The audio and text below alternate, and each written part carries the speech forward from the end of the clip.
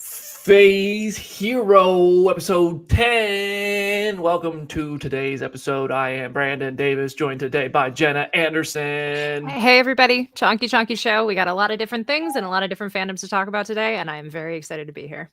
We got some chunk going on. It's that Thanksgiving weight the show is carrying. Aaron Perine is here. Oh, God. Pass the potatoes, BD. Let's get into it.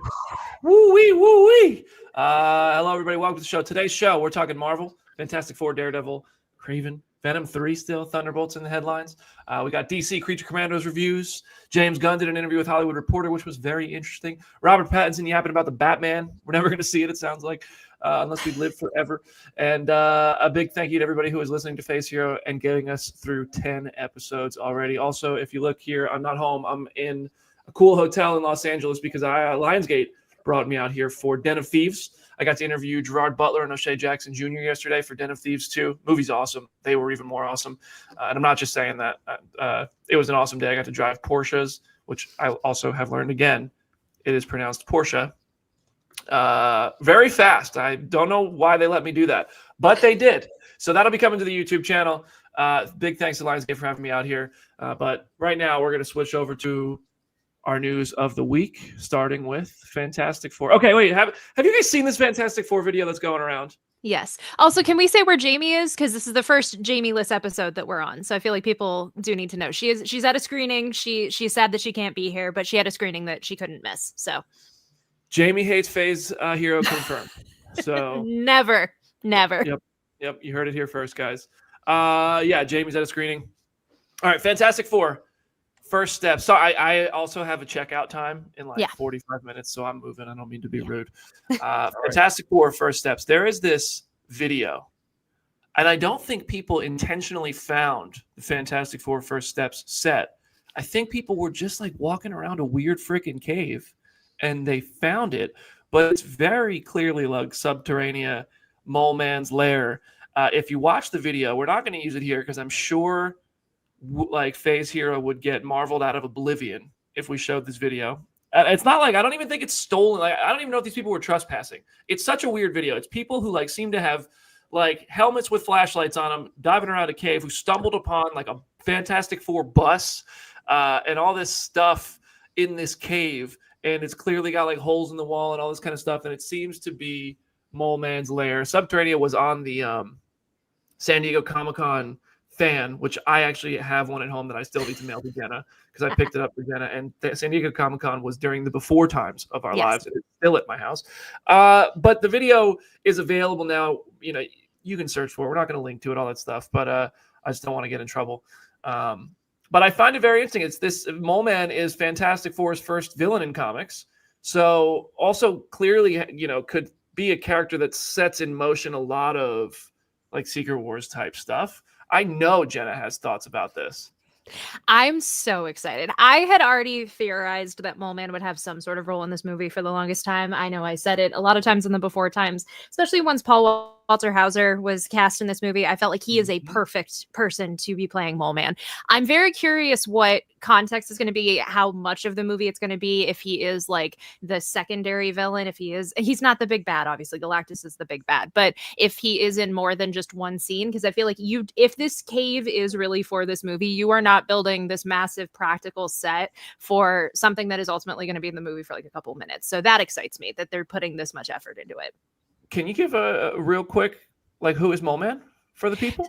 I mean, you basically covered a lot of it. He is the Fantastic Four's first villain. Like in the first issue of the comics, he is who they fight. And so he's always just had kind of like a weird soft spot in the Fantastic Four history. His motivations are very simple. He just kind of wants to rule Subterranea. He wants to rule the world. He wants to do it through this kind of underground society. One of my favorite comics that he is in is one where he tries to marry She-Hulk because he's like, She-Hulk can be the queen of Subterranea, and it is very hilarious and goes exactly how you would expect.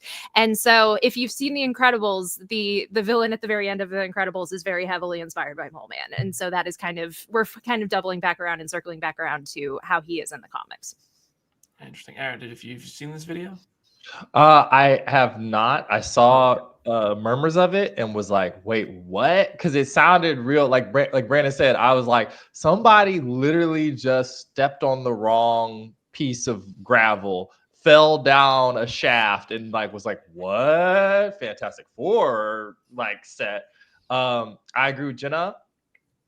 That I think we're getting a substantial, or at least more than a 5-minute, because there are some other murmurs about this movie that have thought that there might be some other villains kicking around too. But if we're doing full, like all sorts of like, I don't want to say goofy, but goofy Fantastic Four early villains. Jenna, go ahead, do the list. There's a chance there might be a montage of some sort, and we might go. see multiple villains. But there isn't a specific list, but there's a chance that we would see villains through like a smaller sort of quick montage context, which is fully how I expected to see Mole Man in this movie. So I'm curious if it is something more. I would like to say to the chat, Brad Bird and Matt Shackman need to have like a conversation. Someone needs to get the two of them in a room together now and talk about it. Is Galactus definitely the main villain for Fantastic Four, or is Galactus going to be like a slightly oversized Thanos from Guardians 1? Do we know? I mean, we don't know, but I feel like, I don't know. I feel like his presence in the movie is going to be interesting. And I feel like, especially given our presumptions and our theories that like what could happen to their world by the end of the movie, I feel like he's going to be the most like cataclysmic villain, but he might not necessarily be like the big bad of the actual arc of the movie. But I have no idea at this point. I'm also not going to be shocked because I feel like we listen to these rumors online, and, you know, scoopers who are sometimes right and sometimes not, whether they're Twitter people, Patreon people, like media people. And we just kind of accept what they've said as fact to the point that it becomes expectation. I feel like going into Fantastic Four First Steps, everyone is expecting Galactus to devour this Earth. And so many times we've heard that we've seen this before where people tell a story online. We kind of expect it because it just makes sense to set up the next movie and all this stuff. And then it just doesn't happen at all. So I really think there's a pretty big chance Galactus doesn't devour this Earth and somehow still, you know, the Doom of this world or whatever. Maybe Doom is from another world and ends up in this one or something. I think Marvel has more tricks up its sleeve than some of the obvious expectations that are also being taken as fact because they're set online often. And again, I won't be shocked if Galactus does devour this world and the Fantastic Four have to flee to 616 or 19999, whatever. But that's a tomorrow problem. But yeah, we'll see.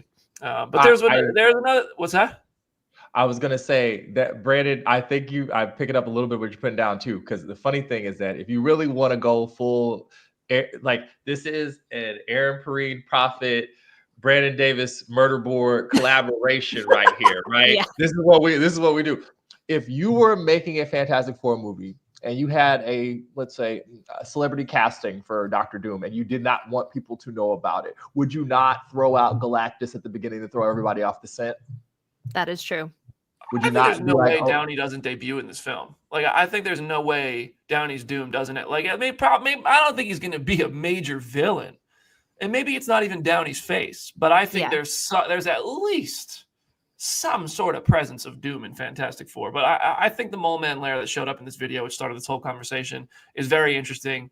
And it seems like too big of a set to build just for a montage type thing. Yeah. I think Mole Man's going to be Kevin Feige loves doing comic stuff and also clearly loves doing stuff that hasn't been done in movies before. We see that best exemplified with Spider-Man, who has some hugely popular villains that have appeared in movies before and not been used by Homecoming and Far From Home, at least. When the multiverse brought those same villains that were already used back, that's a different story. But you get my point. But we do have one actually factual piece of news about Daredevil. Yeah, so Wilson Bethel, who plays Bullseye, told Collider that Daredevil Born Again picks up 5 years after the events of the Netflix series. So kind of the question to pose is, what does this mean for Daredevil in relation to Infinity War and the blip?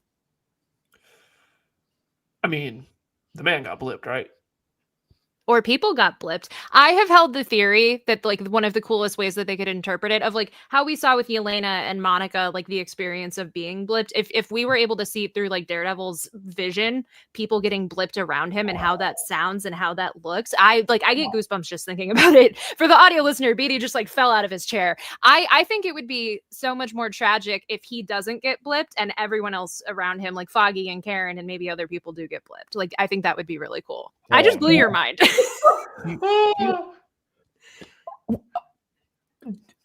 Do you know how confused Matt would be? I know. Oh, I know. You're It like, would be amazing. I hope. Oh my God. Yeah. yo, think about that. For him, it would be very disoriented because all of a sudden their heartbeats aren't there. Yeah, Yep. exactly. Their heartbeats are gone. Yeah. Just like, what? Like Oh. I can't. Oh. Yeah. Oh, I want it. Yeah, I mean, I think obviously the blip is going to be a factor in this. I think the 5-year jump is clearly influenced by how long the blip was, and this being the aftermath of it. I just want flashbacks now. Yeah. Oh, I personally think Matt probably got blipped and Kingpin didn't, and that's going to be how Kingpin rose to power. Because in that time when there was no Daredevil to hold him down, escaped and all that stuff, and but also you could have it where Matt maybe wasn't Daredevil for a stretch of time during the blip, because it's like, why would I go and be Daredevil when like half of humanity is gone and everything's depressing and all of that? And so then maybe Kingpin still rises to power in that time, and Matt is just kind of like has different priorities, for lack of a better term. Like I could see that. Also, meta commentary, folks. Yeah. Meta commentary. Hey, he was gone for 5 years. Wow, imagine that. Yeah. Got blipped. I want to shout out a comment here from Scott Autry. Thank you for the 1999 there, my friend. What's up, Face Hero Gang? When are you guys going to start doing a tour where folks can see you guys record the podcast live? Scott, my friend, I have no idea when or if that will happen, but I will tell you, everybody right now, that is absolutely something I would like to do and have already thought about and started to try to lay out plans and develop a way to do that. We have one thing that came up unexpectedly, and Aaron and Jen know what I'm talking about. If you don't, I'll remind you after the show. That was a very interesting in-person opportunity for Phase Hero to record in a very cool place. And that would be sweet. We'll cross that bridge, though. I can't make any promises. I will just say, I promise I want to do that. That is the only promise I can make. And if I'm pretty good at getting what I want when it comes to work stuff. I think I'm just fucking annoying. I don't. All right. Another thing that's annoying. Kraven the Hunter. Just kidding. I'm just kidding. We're like 2 weeks away from Kraven Sweep, you guys. 2 Wednesdays from now. It's going to be a great episode. Woo! Aaron Taylor Johnson on Kraven crossing over or fighting with Spider-Man. To Screen Rant's Liam Crowley. I think he should go toe-to-toe with some superheroes that we know. One of my favorite stories is Kraven's Last Hunt. I don't even believe that he read it. No disrespect to Aaron Taylor Johnson. I just have a hard time picturing actors sitting down reading comics. Maybe he did when he got the part, but I don't think he has like a plethora of Kraven knowledge where he can really pick a favorite comic to the point that has a lot of weight to it. And I say this as somebody who is a big Aaron Taylor Johnson fan. And also, I think I've just been so burned by Morbius and Madam Web that I just play the pessimist when these Sony Marvel movies start to roll around. And I'm sorry for that. I want to like them. I really want to enjoy Kraven. I've seen good footage from it at the cons and stuff. But I've been burned. So they've just lost my trust. But yeah, what do we make? Is it ever going to happen? Like, is it ever going to happen? So Sony Spider-Man villains meeting Spider-Man. Can I just say, I do believe that he read Kraven's Last Hunt, because I feel like if you get cast as this character, that is kind of like one of the perennial comics that you should go and read. So I wouldn't be surprised if he at least researched it that far. But I feel like in his position in this junket, what can you say when you're asked the Spider-Man question? Of course, you're going to say you want to cross over with Spider-Man. It's just kind of a matter of like, if it could eventually happen. And even then, what Spider-Man is it? We all had the theory that like maybe Tom Hardy's Spider-Man is not the one that we know or whatever. That could be the same thing for Kraven. I feel like it's just all nebulous for like better or for worse. And so he's saying as much as he can in the context. Yeah. There's also the idea of, if you're a longtime multiversal Phase Hero listener, Brandon's like white whale, one of them. The Avengers Tower is the one. It is the white whale. But like a very like a white porpoise is that Spider-Man 3 was supposed to be Kraven's Last Hunt, basically. Yeah. At some point. And it is a thing that Kevin Feige and them, they have not done on screen before and is just sitting there. a very excellent adaptation now exists in the Spider-Man 2 video game that came out, and that is wonderful. But we're still waiting for it in live action. Aaron Taylor Johnson is a very talented actor. I have not seen anything else with Kraven, but like the TV spots, and I don't know what to expect. We ain't making no 8 minutes are online, which is this big. time. Huh? Yeah, the first 8 minutes of Kraven are available for free online, which is a big sign of confidence. Yeah, Wait, I have not really? watched those yet. I have not. First 8 minutes of the movie got Why would released I? online. Like it's not a leak. Sony did it. No. Officially, leak. they did it. I know Okay. sometimes we expect leaks from these movies. I just gotta say, I intend to find out why they call him the Rhino in a theater like God intended. Yes. That's what I'm gonna do. Well, also, I mean, this is the movie that people are going to go over the holidays over and over and over. Don't forget Yes. that. You're going to take your grandma to go see I Kraven. just, I'm sorry, Kraven. I'm going to watch Kraven, and I'm going to watch it with an open mind, and I'm going to want to like it. I just feel like it's a shame that the Sony Marvel movies have really lost my trust this harshly. And it becomes, for me, it's just, I like to make jokes about these things at this point because I laugh to hide the pain. I don't understand how there's a Spider-Man villain universe with no Spider-Man this many movies in. And it's mind-boggling. But it doesn't mean that Aaron Taylor Johnson's not going to be a good Kraven. I really like Aaron Taylor Johnson. I'd love to see him be Bond. Bullet Train is one, I love that movie. I think he's done really good work in other films, but we'll see about Kraven. Sticking to the Sony Venom world, Andy Serkis was cast as Knull at the last minute for Venom 3. Those are his words, last minute. It's a Screen Rant. He also talked about the future of it. There was talk of this could go on. He's quite a big character. And I was like, well, let's see what happens. I thought about trying to do that in an Andy Serkis voice, by the way, but I didn't. So yeah, no. What could you cast Andy Serkis as, a big computerized villain with a cool voice and, potentially big role? What could go wrong? Dang. Have we ever seen that before? Andy Serkis as a big computerized villain that we hope to see more of in the future? Never. I think Knull is going to get Snoked. Wow. I just got PTSD from Jim Viscardi's Snoke theories. And Jim how had prevalent Snoke that was. theories because they drove traffic to the website. Oh, I'm aware. That's why Jim, anything Snoke was like free traffic on the website. So Jim was like, write it. But now I don't think Snoke's driving anything.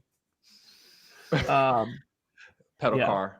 I feel like with the Knull of it all, like we talked about this when we finally gave our Venom review on the show.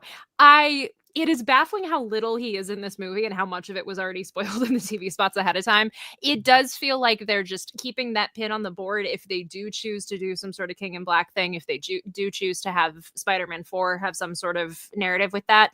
But like you said with Sony in general, I'm just kind of setting my expectations very tempered. And if it happens, it happens. It's just also not building anything, but it's a universe that seems to be built on teasing that it's going to build something. There is no Morbius 2 plan. There's no Madam Web sequel. Venom is the only thing that built, a trilogy, but it was all isolated to its own trilogy. And yeah, I don't know. I don't really care. Unless he's in Spider-Man 4, which listen, I would love to see Tom Hardy's Venom in Spider-Man 4. I think Tom Hardy's Venom is fantastic, but the movies aren't. I think it's a crime how good he is as Eddie and Venom in movies that he deserves better movies. And the third one was fun. I gave it a 6 out of 10. It was fun enough. I had fun watching it, but I just wanted more because you have such great casting. You have Tom Hardy in a Marvel movie. Anyway. Speaking of good casting, so David Harbour talked to Cinema Blend and he revealed that he's seen Thunderbolts. He said, quote, "They're paying attention to chemistry and I'm so happy that Jake Schreier, the director, was so intent on capturing that. I was like, oof, this is good." This makes me so hyped. Like, I know we've talked about the trailers. The trailers have fully won me over on this movie and just the tone and the spunkiness and just the energy. And hearing him say that now, having seen the movie, like that makes me even more hyped. I agree. I think it's Jamie who always says we need like dinner scenes with our characters, like characters sitting around a table, not doing superheroic stuff. Thunderbolts feels like a movie that's going to have a lot of opportunities for the characters to just be a group and have conversations and build relationships and dynamics and all that kind of stuff. And I think that's going to be fun. I'm very excited for Thunderbolts. It's a thing where I really am shocked because it as good as the indications were out of D23 or Comic-Con about the footage, like the actual trailers, I'm like, man, it almost undersold it. I'm excited, and this isn't my quarter of things. I'm excited to see all these characters like be around each other again. So yeah, I think the Thunderbolts has had the I'm excited for Cap 4. I'm excited for What If. But I think Thunderbolts has had the best trailers of anything Marvel coming up. And not that there's a ton to compare it to, but I think the Thunderbolts trailers, especially that most recent one, they're great. They're I feel like they're made for me. I'm a fan of Guardians of the Galaxy, so that sort of ragtag bunch of sarcastic characters. I'm here for it. Speaking of Guardians of the Galaxy and a ragtag cast of characters, let's switch over to DC. Great transition, Brandon. Thank you, audience. Creature Commandos reviews are in. It debuted at 100% on Rotten Tomatoes. That's a really good score. It is currently at a 95% score on Rotten Tomatoes. I can't see how many reviews. I'm missing that. But Creature Commandos is getting a lot of love from a lot of people who saw it. Myself included, Jenna included. Jenna, share your thoughts on Creature Commandos while I pull up some of the reviews here.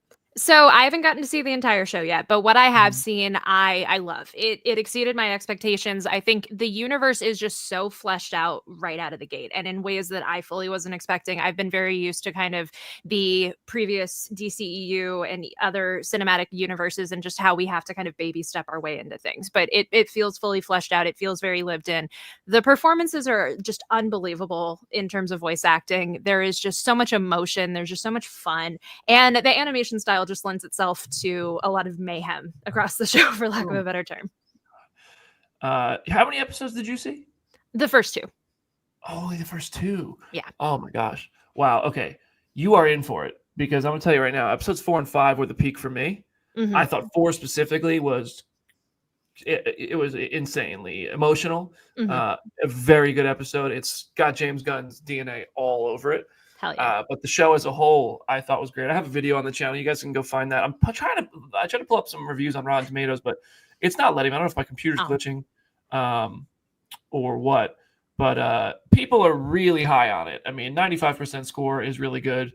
Aaron, what have you taken away from the Creature Commandos reviews? And is this one that you're particularly excited for? Is this your cup of tea? I'm along for the ride because like it's James starting whatever this is going to be. So it feels like it's going to be required viewing for whatever comes afterwards. And like watching your interview, like if you're into that whole like the character dynamics and people like having conversations / how they work along with each other, it seems like it's going to be really good for that. And if you like James Gunn's DNA.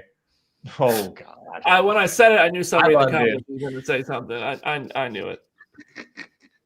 Pause. But yeah, I'm excited. I was confused. I was like, how much is everybody seeing? I'm like, Jenna and Brandon have seen this, or at least parts of it, and I am like completely cold. I'll be with y'all viewers. We'll be experiencing it together, piece by piece. Yeah, they're doing weekly releases starting tomorrow. Yes. Happy to say I did the comic thing, so that photo will be released tomorrow. I'm excited about that. Hell yeah. But yeah, I mean, I'll say this about Creature Commandos: the way it develops characters. And Jenny, you saw this in episode 2.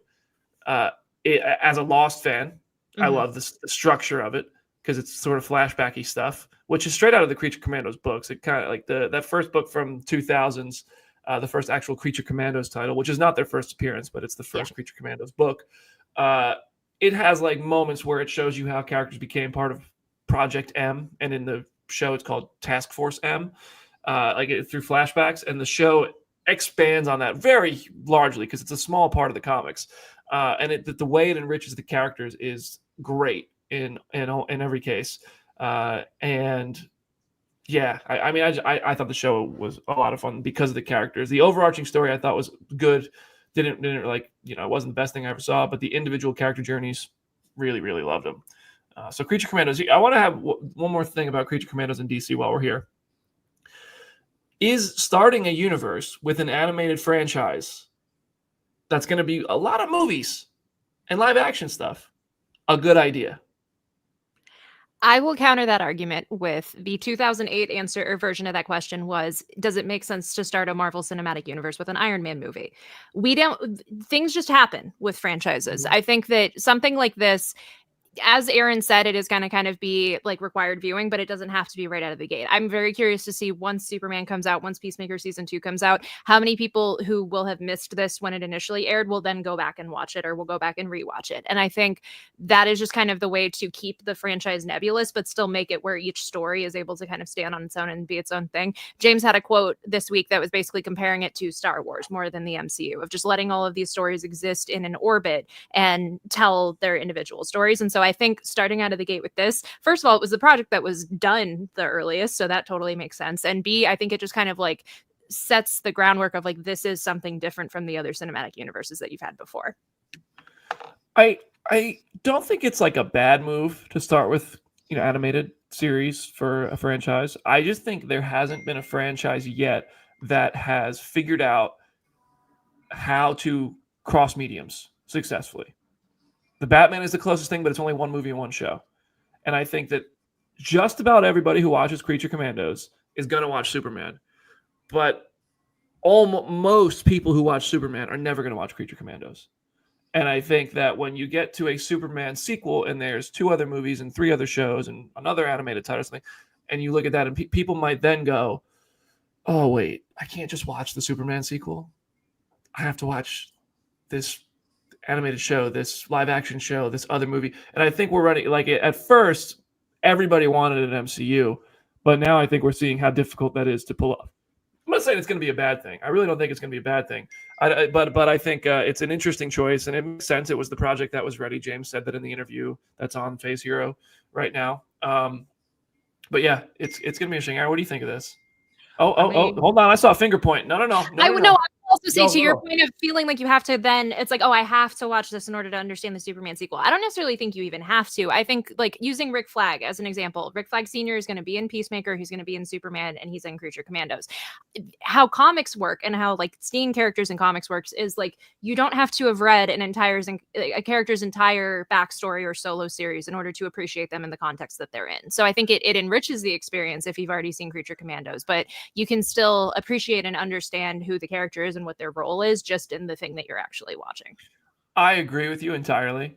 And I think you can watch Creature Commandos having seen none of Peacemaker, none of the Suicide Squad. And if you have, you will be rewarded for it in some of the subtle references that don't actually matter to the story of Creature Commandos in the grand scheme. But they're nice to be like, oh, wow, they acknowledged that thing from the Suicide Squad or that thing from Peacemaker. But I think that it's inevitable that people feel that, and we're seeing it. I think Marvel's the precautionary tale a bit from 2021 to 2023 where they did too much. So it'll be interesting. It's also quality affects it too. If you're making good stuff everywhere, people are going to watch it. The Batman was great. The Penguin was even better. And I think there's nothing but praise for how they did that. But it's also one movie did Batman come out 2022? And then one show 2 years later? I don't know. We'll see. I'm curious what Aaron thinks of this. You know my stance. I think this is all just Brandon stuff to me, like random. Like it's none of it. It's all based on vibes. Like none of this stuff is actually based in any real reality. It's just have people making up stuff on the back end to justify what they want to do and what they don't want to do. I feel like you'll be fine watching Peacemaker season 2 without seeing Peacemaker season 1. I think you'll be fine watching Creature Commandos without watching Peacemaker or any of the other stuff that maybe would flow into this. Superman is going to be the most standalone thing you can imaginably do because basically the fate of the entire studio rests on one movie's shoulders. So I don't see him doing any of that stuff where it really has to be built with stuff. I saw the homework quote. Everything I had just said applies to that homework quote. That is branding. That is advertising. Like, okay.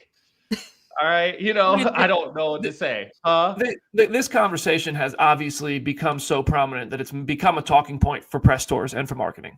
Like there is a Creature Commandos cast interview on the DC channel talking about you don't have to watch other things. That's what's great about Creature Commandos. You don't have to watch anything. And that's a talking point that every sequel and every franchise and everything is talking about. I'm pretty sure just in my Den of Thieves 2 interview, I heard the director say yesterday, the good thing about this is you don't have to watch Den of Thieves 1, but if you did, you'll like it. But, it's like everything is doing that because it's become such a talking point that people are complaining about having to watch other things. And that's because there's too much shit to watch. We got spoiled with content. Streaming was a mistake, and there's just too much stuff. But, it is what it is. Don't get me started on that rant. But speaking of yapping, Jenna, we got to keep it moving here. Yeah, so James did an interview with THR and had a lot of really interesting tidbits about Creature Commandos and about the DCU.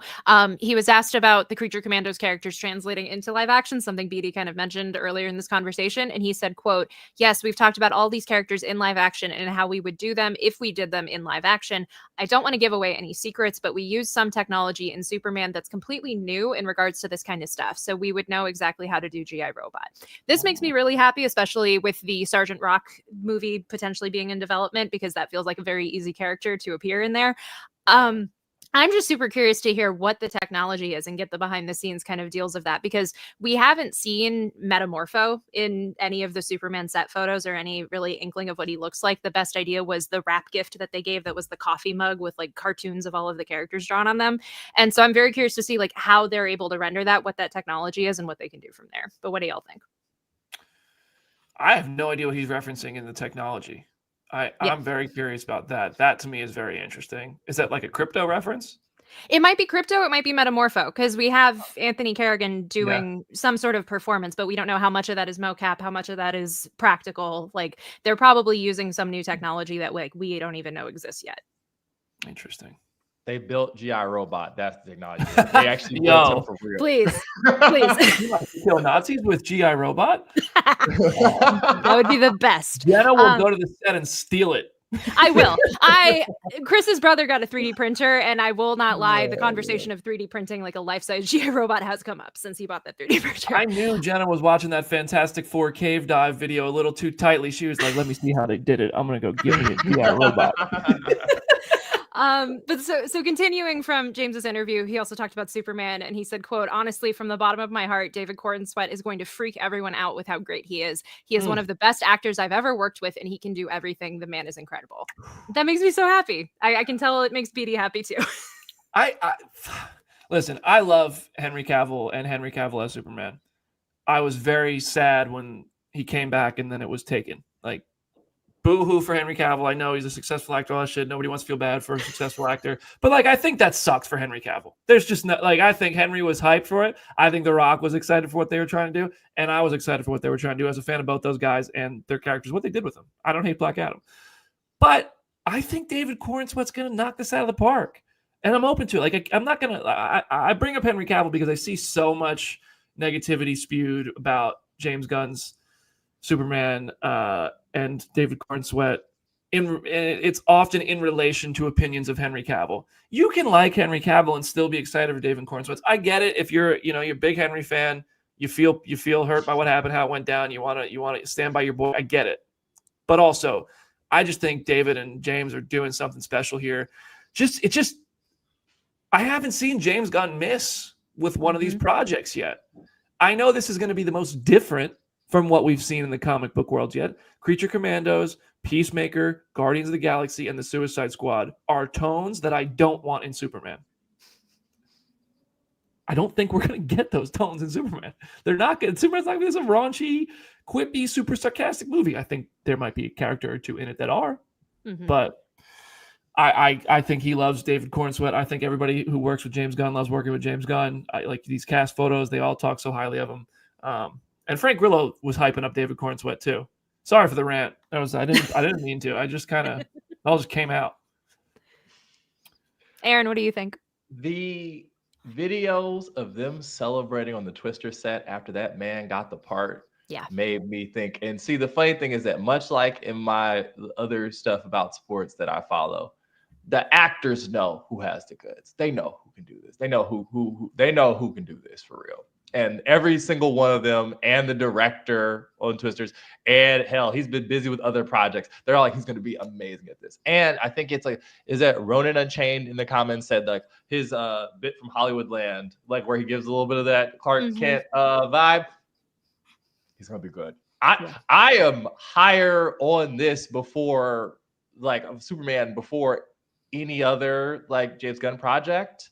I think that from what I've heard, the tone is good. The tone is like what Brandon's aiming for here. And I think people will be surprised. I think you should give it a chance. I think people should give it a chance. When the trailer for Superman drops, that is going to be a moment online. Like it's going to be, I really think Superman has an opportunity to take flight. Yeah. I will also say to your Henry Cavill comment, what excites me about David coming in is just having like this new generation of younger viewers get to grow up with a Superman who is tonally like the Superman that's in the comics, is like the Christopher Reeve Superman, but in a modern context. And as good as Henry Cavill was, a lot of it was extremely dark, extremely gritty in a way that kind of the younger audience didn't really get to latch on to. So that excites me. And then the last quote that I have from James's interview, he was asked about Peacemaker, and he says, quote, "Season 2 of Peacemaker is also going to take people by surprise. We take a very different route than in the first season, and it's a really magical story that people are going to be blown away by." I know we're short on time. I have a theory about the magic of it all, so I won't get into the theory right now. I will save that for the next time we talk about Peacemaker. But I think him using the word magical, because he has used it in other interviews too, is going to be a lot more literal than people think, and I'm very excited about that. Oh, interesting. Peacemaker, I think, is one of the best comic book shows in the streaming era. It's probably it's top 3, I'd say. Season 1 of Peacemaker.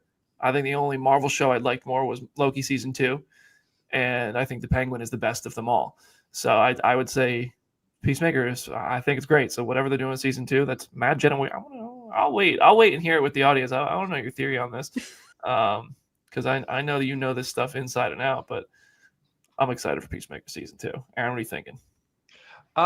It's gonna be interesting. That was like probably one of the biggest surprises of like the Max streaming like 2021-22 like slate. Zatanna win. Good question. We can only hope. Honestly, that's all that happens in Jenna's house is that and Green Arrow win. Just win. No, there's like a list. There's like a list of characters. It's like the NBA draft kind of like different characters rise and fall depending on the day. G.I. Robot was one of those ones where it was like, that will never happen. We'll never get G.I. Robot in anything. And now he's like risen to the top of the board. So yeah. I know we have to get it along. So yeah, you go. Let's get through these. People. All right. Well, speaking of moving it along, the Batman is not. Robert Pattinson was asked by the New York Times about the Batman sequel, and his quote said, "I could genuinely be retiring by the end of them." The Batman sequel is like nowhere in sight. I have no idea if this. Obviously this movie's getting made, but they're still writing it. The amount of time between movies here on the Batman is disappointing. I'm not gonna lie. I'm gonna watch it no matter when it comes out if I'm still alive. But I think it's even to the point that Pattinson is making cheeky little remarks about it. And what are you going to do? That's really it. I think that the fact that all he can do is make a joke about it, it's just like, damn. See, I didn't take this as much of a joke of like the production delays. I saw it more as like he just had a baby like within the past year. He as a career as an actor, I feel like it has really kind of evolved in an interesting way. And like what we've heard about Mickey 17 of it like getting delayed and people wondering of like, does WB have faith in that movie or do they think it's too weird?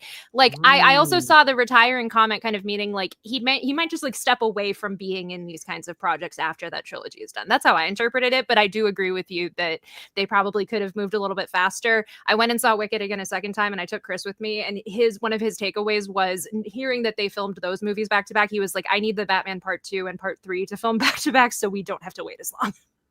Seriously, I agree. Like I don't know. The amount of time between is definitely a bummer, but we might we will anyway. Aaron, you got any thoughts? Brought up Shang-Chi 2, and I thought about Simu first too when I read the quote for sure.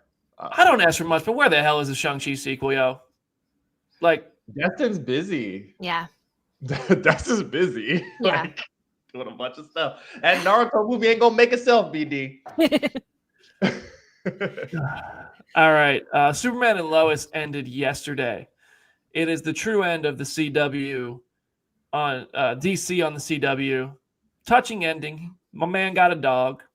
But we won't spoil anything for those who haven't watched it. But I know the CW DC universe has a special place in Jenna's heart. It's the reason why I'm here right now. Like, I would not have gotten into this space in any professional capacity if it wasn't covering the CW. Like, that's literally what I got hired to do in the before times. I will always have a soft spot for what they were able to accomplish along the time that they did. Smallville really started it all decades ago. Like, people forget, like, what now that Superman and Lois is over, this is like the first time outside of strike or COVID seasons that we haven't had any DC shows on the CW or the WB, which was what it was called before the CW. So like the Arrowverse had its flaws, it had its faults, but it still was able to accomplish so much on a TV budget on a weekly 22 episode season kind of thing. And I'm amazed that it exists. I'm glad that we're getting to the DCU that we have now and that we're able to treat each project like an event, but it still will always be amazing to kind of look back and think on, like, every night there was an hour of a new DC show to go watch. And that was beautiful. Yeah, that was crazy when it was like 4 nights a week, right? Yeah. That was Supergirl, The Flash, Arrow, and Legends. Yeah. And then there was Black Lightning, there was Stargirl, there was always something. And then you folded Riverdale into that too. It was like there was always a comic book related show on the CW, like any night of the week. And that was always just wild. I find the love for Tyler Hoechlin Superman to be really cool. I think him getting his appreciation and people putting him in the argument for best Superman, it's fair. I haven't watched the whole show, I'm not gonna lie to everybody, but from what I've seen, he is excellent. And yeah, the CW DC universe is actually over now. That's crazy. Maybe one day they'll do Kingdom Come. I interviewed Mark Guggenheim. It's on my channel. This was like, I don't know, 3 months ago. Everything I like Comic-Con. He was like, I'd love to see Kingdom Come with our cast. I wouldn't be mad at you. Last thing today, if you guys have questions, we have a couple minutes to maybe answer a couple of questions. But I do have to check out of this hotel room, so we're gonna wrap up a little early. The box office, let's just talk about some movies. We did Marvel and DC, but the box office put up numbers over the weekend. It was the biggest Thanksgiving weekend ever domestically, $422 million. You know what you could buy with that? You could buy a lot of tickets to Moana 2, Wicked, Gladiator 2, and Red 1. That's what people did. Moana 2 led the charge, $221 million. I figured Moana 2 would do well. I didn't know it would do that well. Wicked, $117 million. Gladiator 2, $44 million. And Red 1, $18.7 million. Red 1, by the way, going to pass $100 million. Not a huge success, but for a movie that was supposed to be on Prime, and I didn't even realize it was going to theaters until a couple of days before it got out. You know, I know everybody loves to hate on The Rock. It's just cool to do on Twitter now. But yeah, I don't know. He's number 1 and number 4 at the biggest Thanksgiving box office of all time. Wicked getting 117. Gladiator 2 is the story for me. I think Gladiator 2 should have been a bigger event, and then it turned out to be, personally. Not because of the quality of the film, but because of the nature of the franchise. I think this box office is completely fine for this movie. I think in the grand scheme of things, like I saw a tweet going around about how Ridley Scott, for all intents and purposes, funds his own movies and has for a very long time, and they haven't turned a profit in the way that Gladiator 2 kind of has. And so, like, he ostensibly has a blank check to do whatever he wants for the rest of his career, which is kind of great in and of itself. But yeah. I don't know. I think for an R-rated sequel to a movie that came out decades ago, it doing as well as it did, and also having to compete for IMAX screens with Wicked, with Moana, I think it did pretty good. I think the story of Moana is interesting too, because this was a TV show that was going to use a different cast. That they were like, no, make it a movie. That was obviously the right move. Obviously the right move. If you release this as a TV show with a different cast, I think you damage the Moana brand. You dilute the excitement behind Moana. And you try to cross mediums, which I just said earlier is a very tough thing to pull off. Not impossible. We just have yet to see it be a huge success for anyone. And it made $221 million. And that's massive. People taking their kids to the movies still over holiday weekends. And Wicked just speaks for itself. Phenomenal film.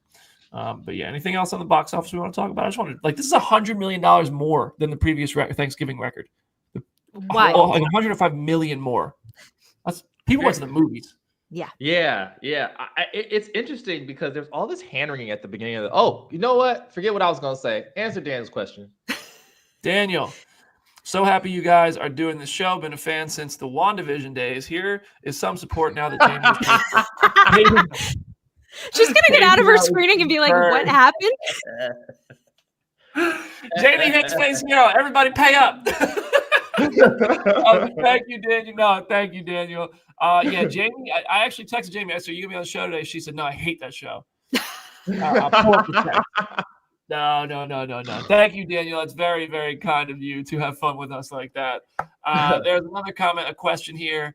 What was it? Thoughts on where I want to get them on the screen. Thoughts on Skeleton Crew and Dune Prophecy. Dune is just okay. Skeleton Crew started very strong. I liked it. I've enjoyed these first couple episodes, spoiler free. What do you guys think? I'm excited to talk Skeleton Crew more next week because I know Jamie and I are like leading the charge of Neil Nation. And he as a character exceeded my expectations. What a delightfully executed character. Was not prepared to see his extended family as well in the premiere. That was adorable character design. I think this show just feels so special right out of the gate. And it just reminded me why I get excited about Star Wars and about the potential of Star Wars. And it is just so watchable and just so fun. I haven't started Dune Prophecy yet. It's on my list, but I will definitely get to it at some point. If there's not a holiday tile advertisement with Yord and Neil making marshmallows out of continuity for Disney Plus, I don't know what we're doing here. What are we doing, kids? Yeah. I have not seen Dune, and the reaction online is like the opposite of the reaction to Creature Commandos, so it doesn't make me want to in a weird kind of way. Mm-hmm. Imagine I don't know. Taking a movie and making a TV prequel out of it. That's my new mantra. It's hard to cross mediums. That's it. It's hard to cross mediums. As somebody who reads prequel comics to movies and everything, I still say it is hard to cross mediums. Arcane, is it good? John Brown, yes, Arcane is good in my opinion. Have you guys watched Arcane? I have not. I've heard good things though. Arcane's good. I haven't got to season 2 yet. All I hear is that I got some news for you. We do this every Wednesday. Yeah, we do. Wait, Jenna and Brandon together. I can't love you guys. No, I think they're saying I can't, comma, love you guys. I hope that's how I think that's what I'm just playing. Daniel Zambrano, Jen, did you read the Blood Hunt event? I thought it was awesome. I read the first issue. This was Marvel's like big event over the summer. It was very funny because you could tell it was originally timed to the Blade movie that still is not happening because it was kind of vampires taking over the Marvel universe. It had a million tie-ins and a lot of other main issues, and then there was like a more bloody, like R-rated version of the first issue, which was also a weird kind of continuity canon sort of thing. So I did start reading it. I need to go back and actually finish it. Okay. All right, y'all. Miles, man. That better not make it into the next movie. They're doing a lot of weird stuff with Miles, man. I don't know. Yeah. Him and Jubilee in a support group. Should we talk about? No. No, okay. I know what you're gonna say, and no. I know. The guy. Same. He's getting for no reason. Well, y'all know what I mean. And if you don't, it'll hit you one day. Anyway, that is our phase hero today. Thank you so much to everybody for hanging with us. Aaron, any last words for today's show?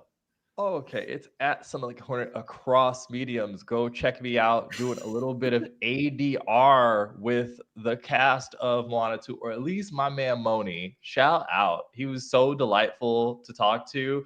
I learned a lot. That job is super hard. Imagine that. Job is hard as all get out.